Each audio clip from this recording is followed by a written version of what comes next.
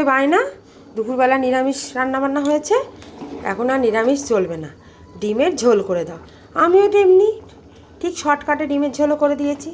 যেমন বায়না করবে সেরকম ভেবেছি এবার থেকে শর্টকাটে রান্না করব।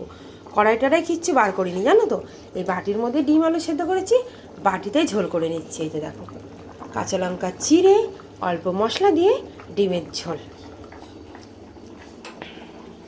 কড়াই মাজার ঝামেলাও নেই, ঝটাপট রান্না, ওদেরও পছন্দ।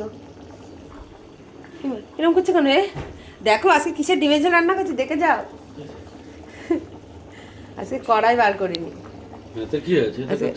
বাটিতে রান্না করছি ডিমের ঝোল প্রথম।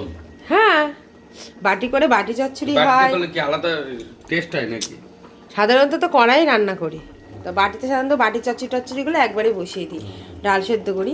কিন্তু আজকে পুরো গোটা ডিমের ঝোলটাই আমি গোটা গোটাভাবে বাটিতে রান্না করলাম। এটা এটা কি বলো তো, কি নাম দেওয়া যায়?